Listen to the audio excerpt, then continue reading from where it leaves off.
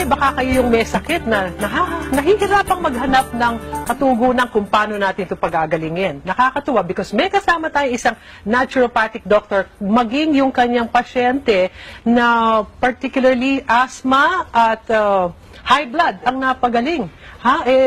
Usapin natin sila because may ginamit silang magnesium. Pag-usapan nun natin, ano bang benefits na magnesium? Good morning. Ito po si Dr. Verla Buaquinia with Miss Tess Texon. Good morning po sa inyo.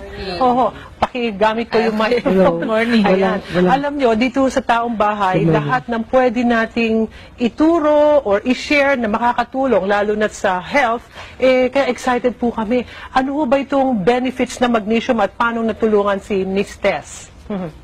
Marami ang benefits ng magnesium. Ang isa doon, yung high blood, yung diabetes. Kasi ang magnesium kasi, siya yung, actually, ang work ng magnesium is more on cellular level. So, siya yung susi, parang siyang tagabukas doon sa cells natin, na kung papasok yung mga nutrients, pag sapat yung magnesium natin, bubukas yung cells, papasok doon sa cells ang nutrients. Pero pag kulang yung magnesium natin, hindi mabukas. So, walang papasok na nutrients or minerals or enzymes na papasok sa cells natin. So, yun yung dahilan bakit tayo nagkaroon ng sakit. So, ano kasi parang domino effect yun eh. Domino effect. So once may magnesium deficiency siya. Naririnig natin lagi, doctor, yung magnesium. Pero itong magnesium na binabanggit nyo, ginamitan ng nanotechnology. Opo. Which means, pagka may nanotechnology, paano po siyang ginagamit? Ang magnesium is, according sa yung recent na research, is more effective siya pag gagamitin siya transdermal or sa skin lang kaysa iinumin. Kasi ang iniinom kasi, hindi siya masyadong na-absorb sa blood. So, pumupunta lang siya, natatapon lang siya, so sayang.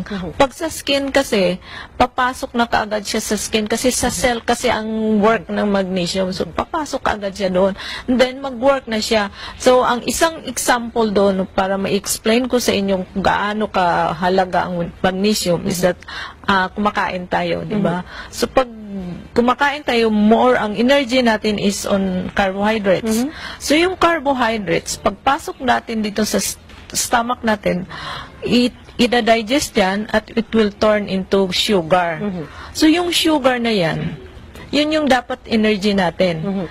Pero, kung walang magnesium doon, yung insulin mismo, hindi siya maka-work eh.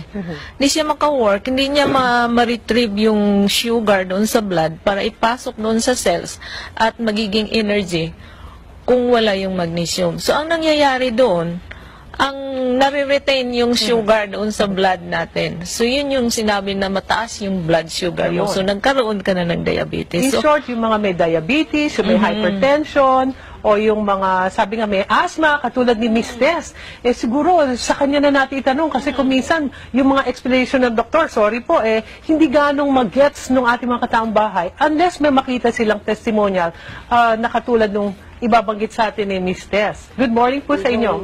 Meron po kayong hypertension, sabi niyo, and asthma.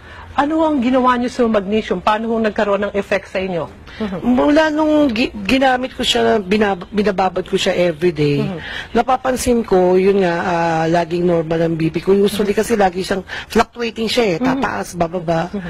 So, naging normal siya sa 120, 130. And then, prolong using ito, araw-araw ako nagbababad sa paa. And kasi every 3 months nagpapa-blood chem ako for my hypertension, may iba mga sakit ko. Nung pagbalik ulit after 3 months, so March, April, May, balik ako ng May, sinabi sa akin ng cardio ko na itigil ko lang pag-inom ng mga maintenance ko, which is 4 different kinds of medicine for my hypertension. I was about to ask that kung halimbawa gagamitan ng magnesium, kung kailangan ituloy yung mga sinasabing na maintenance. Pero in your case, even your doctor told you na kailangan po pwede nang alisin? Nung umpisa ko pa lang ginagamit, hindi ko siya inaalis kasi, diba, wala pa siyang medical na result. Pero nung nagpatingin na ako sa cardiologist ko, siya na mismo nagsabi, you have to stop it na. Kasi masyado nang mababa ang BP mo. So, lagi na siyang normal sa 110, 120. Tapos, pati yung pulmonologist ko, dati kasi everyday, meron din akong ginagamit na pinapap, which, maintenance ko. Tapos meron ako mga allergies sa alikabok, sa mga ganon, madali akong mangati. Pinastop na rin sa akin yun. Ganon lang ang ginagawa ko po, ma'am. Everyday, nagbababad ako ng paa ko Okay. sa tubig. Yung pagbababad ng paa, actually, kung siguro mapakita ko, no, yung magnesium in liquid form, ito po yun. Magnesium in liquid form, ipapatak sa tubig, pagkatapos yung tubig mismo ang kung saan ay ibababad niyo yung paa. Yan ho ba yung ginawa niyo po mismo? Yes po, lukewarm water. Okay, so yung itong magnesium na ginamitan ng nanotechnology, yung may binabanggit kayo kanina, doctor, na yung magnesium deficiency, yan yung parang roots kung bakit nagkakasakit ang mga tao. Tama po? Opo. Tama. So by using this, ipapatak lang sa tubig. Tama po ba? At ibababad yung paa. Gaano kabilis ho o gaano yung naramdaman nyo upon using it? Upon using it, nung first time ko na ginamit, unang-unang nawala sa akin because I have a lot of body pains eh. Meron namamaga yung laging masakit yung muscle cramps, natanggal yun. Tapos nakalakad ako ng maayos kasi masakit nung time na ginamit ko eh. Tapos nung gabi, ang sarap ng tulog ko kasi may pagka-insomnia na rin eh. Dati, pag at my age, every morning 3 o'clock, 4 o'clock, nagigising ako to go to the restroom. Hindi na ako nakakatulog niyan. Pero dito talagang... You may or you may not answer yung age. Yeah, I will not, of course. Ganun po. Pero what's important is you're I will healthy. not. You're healthy because of itong magnesium. Pwede bang makita yung consistency? Ito, sabi nyo, in liquid form. So, Yes. ito, hindi iniinom. Hindi. Definitely. Ito Hindi yung mga siya. katambahay na baka Topical takot lang kayong siya. uminom ng mga tablets or in liquid form. Ito ay, ganito ho ba yan? Yan. Ayun, titignan ko lang. Tapos, ito mismo, gaano kadami yung pinapatak sa tubig?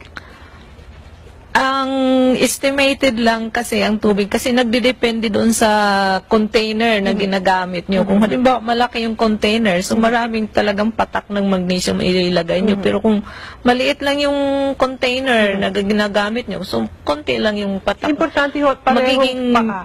Dalawang pa. Dalawang paa ang ibababad. Pagkatapos, for everyday use ito, and eventually, malalaman nyo na yung effect niya. 30 minutes, mga 30 minutes ang babad niya. Okay. Hot or cold? Lukewarm. Lukewarm. For as long as nakababad siya for 30 minutes, yun ang gusto nating Absorb na mahintay. siya. Dito si Miss Tecron, sinasabi niya yung naramdaman niya. And I'm sure you're grateful kaya nandito kayo Yes, para ma'am. sabihin Yes, ma'am. yung effects nitong magnesium.